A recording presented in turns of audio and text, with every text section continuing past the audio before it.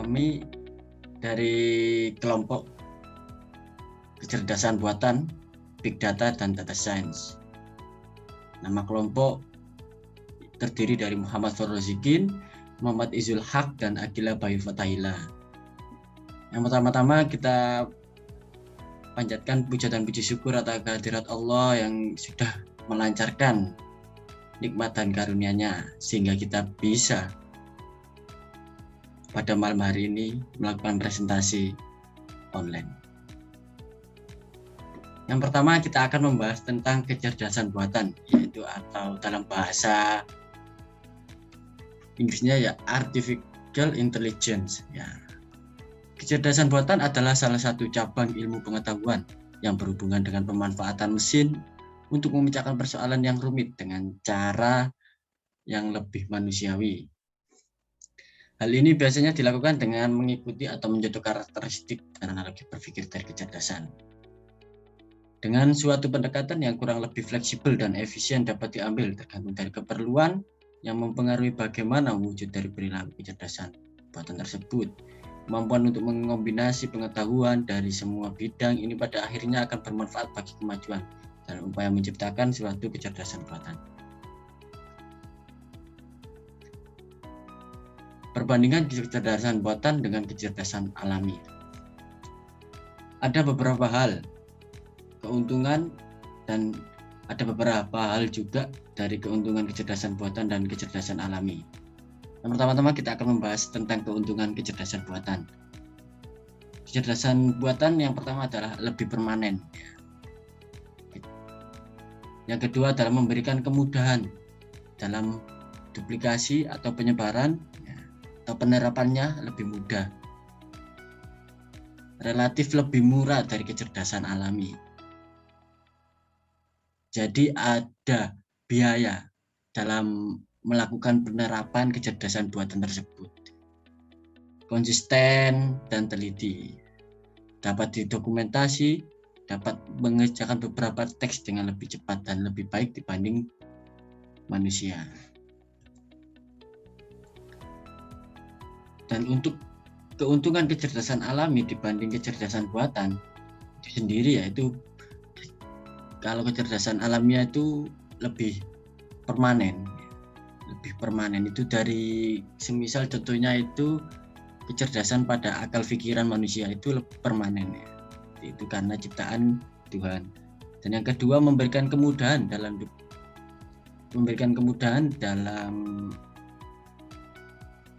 melakukan interaksi.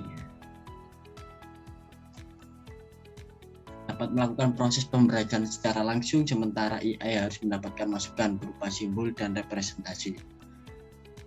Penerapan kecerdasan buatan dalam kehidupan sehari-hari itu biasanya kita lakukan ya. Yang pertama adalah virtual reality ya.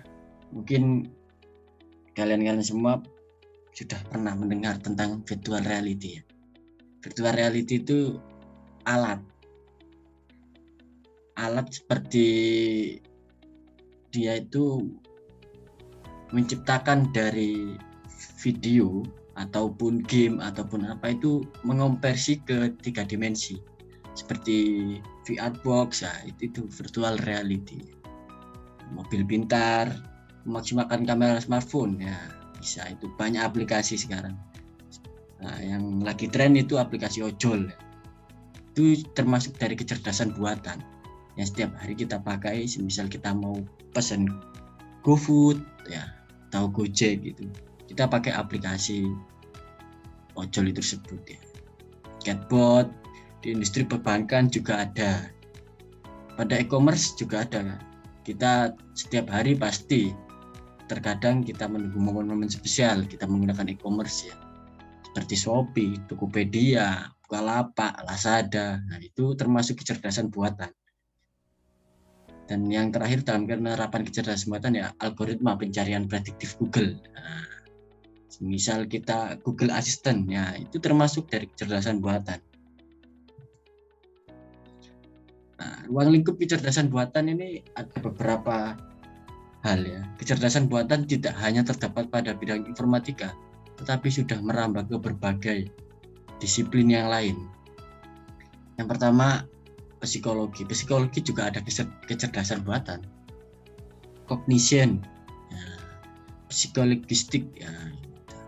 Di teknik elektro juga ada komputer PC, smartphone, drone, pengenalan pola, robotika itu termasuk kecerdasan buatan. Di prodi manajemen juga ada, atau fakultas manajemen, SPK, SI, manajemen dan lain-lain, masih banyak. Lingkup utama kecerdasan buatan yaitu expert system, natural language processing, speech recognition, robotic and sensory system, computer vision, intelligent computer detection, game playing. Ya, ini selanjutnya bisa dilanjut oleh Mas Izul Haq. Monggo. Oke, terima kasih Mas Suji. Di sini saya akan menjelaskan sedikit tentang Big Data. Pengertian Big Data merupakan limpahan data yang berukuran sangat besar, kompleks, dan melebihi proses daya tampung dari konvensi sistem database yang ada, yang mana tidak bisa diproses menggunakan perangkat pengelola biasa atau konvensional. Untuk karakteristik Big Data sendiri ada 5 macam. Untuk sebutannya yaitu 5V. Yang pertama volume, kedua variety, yang ketiga velocity atau diproses dengan cepat, yang keempat veracity, kualitas data yang valid, value atau nilai. Untuk karakteristik yang pertama yaitu volume. Big Data memiliki sistem yang ukuran atau volume sangat besar.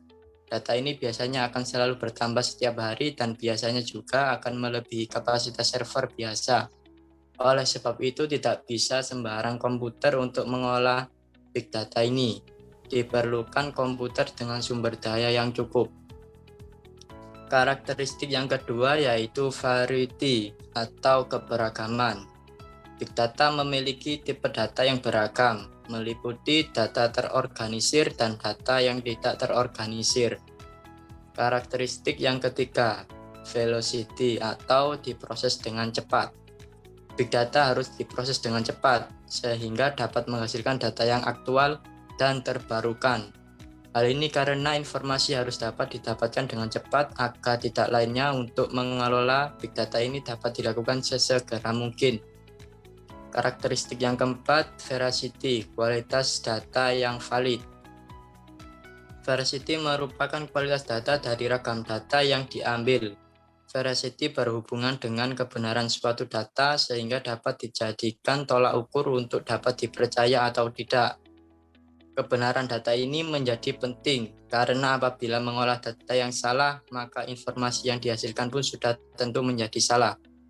Karakteristik yang kelima yaitu value atau nilai. Value yaitu nilai yang bisa ditemukan pada Big Data.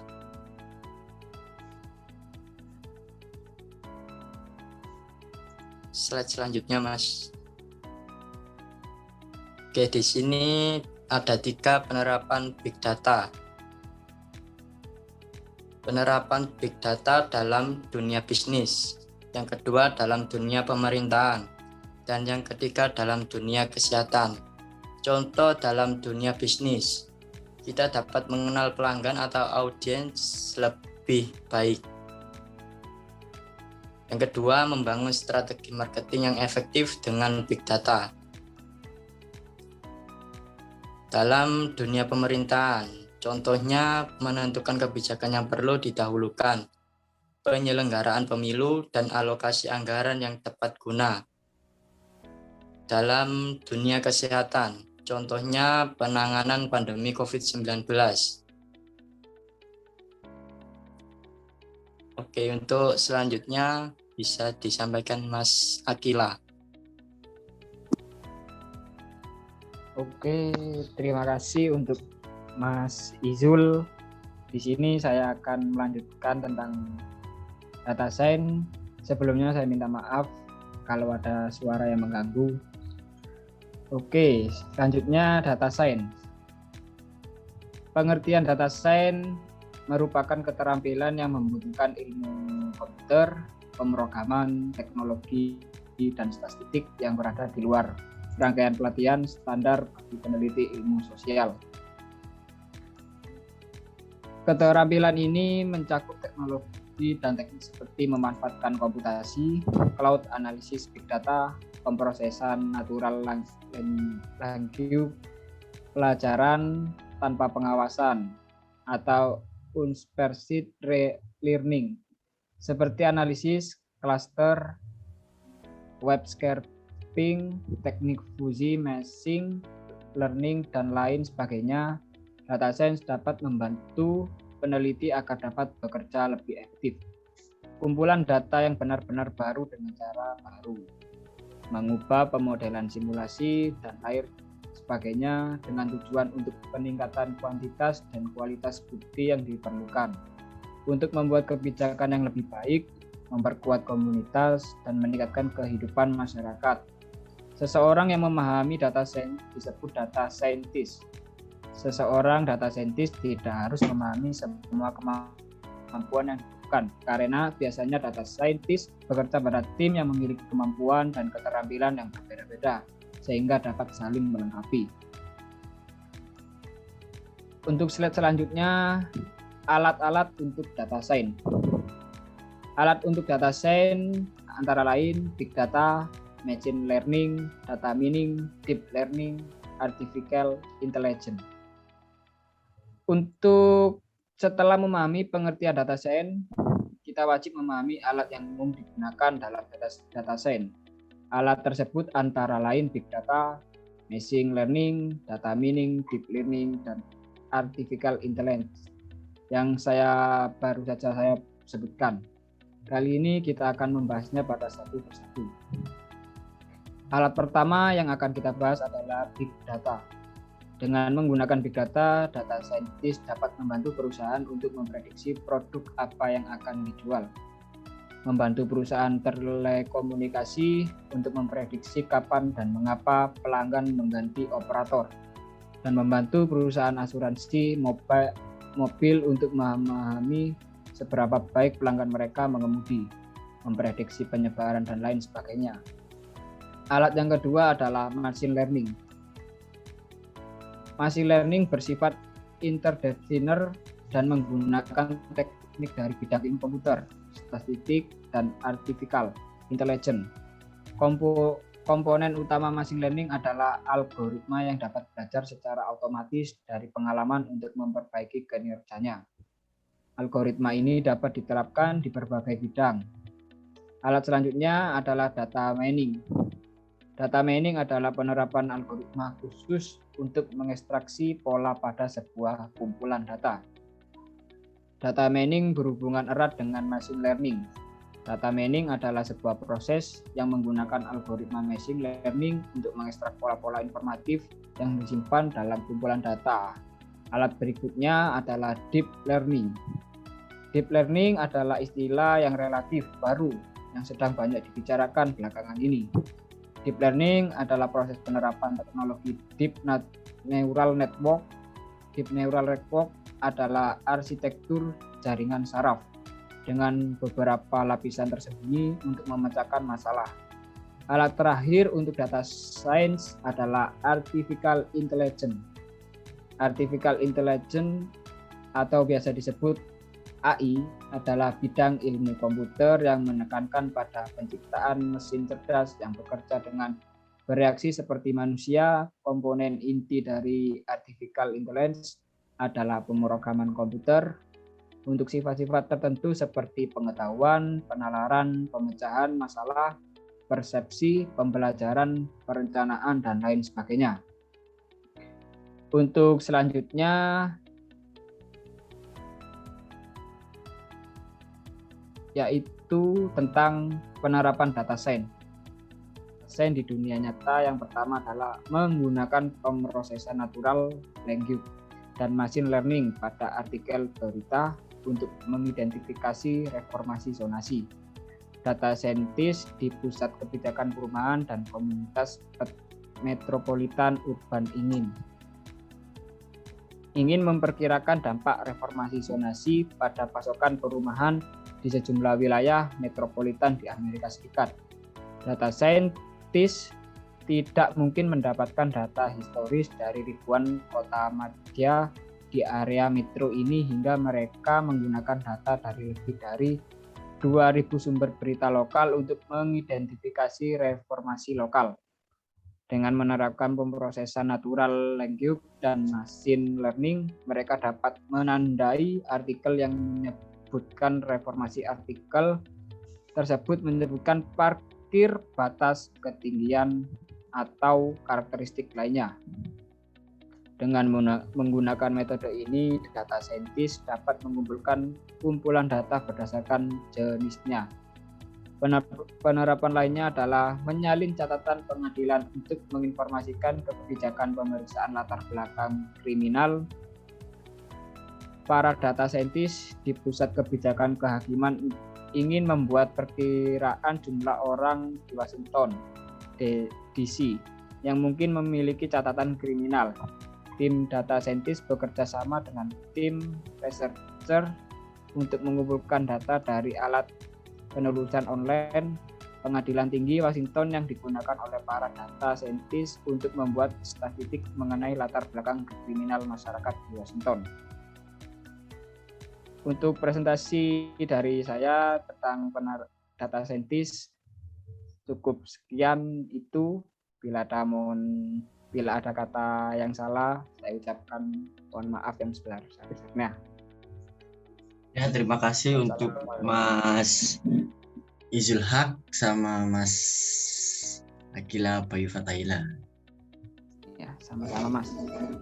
Untuk kesimpulannya pada malam hari ini yaitu mengenai kecerdasan buatan, big data dan data science. Jadi sudah kita jelaskan tentang penerapannya, tentang alat-alat yang digunakan dalam data science dan penerapan big data ataupun penerapan dalam kecerdasan buatan. Kesimpulannya yaitu kecerdasan buatan maupun data big atau data science yaitu berusaha untuk membuat sebuah kecerdasan mirip atau bahkan lebih dari kecerdasan mirip manusia. Tujuannya dari diciptakannya kecerdasan buatan di antara lain yaitu untuk mengembangkan kreativitas dan ilmu tentang memahami kecerdasan. Jadi untuk malam hari ini presentasi yang kita bawakan sekian dari saya Muhammad Faruzikin selaku moderator dan dari narasumber teman-teman sekalian dari Mas Akila Bayu Fatahila dan Mas Izul Haq. Apabila ada salah kata atau penulisan, selebihnya kita mohon maaf sebesar-besarnya. Wabillahi taufiq wal hidayah. Wassalamualaikum warahmatullahi wabarakatuh. Waalaikumsalam.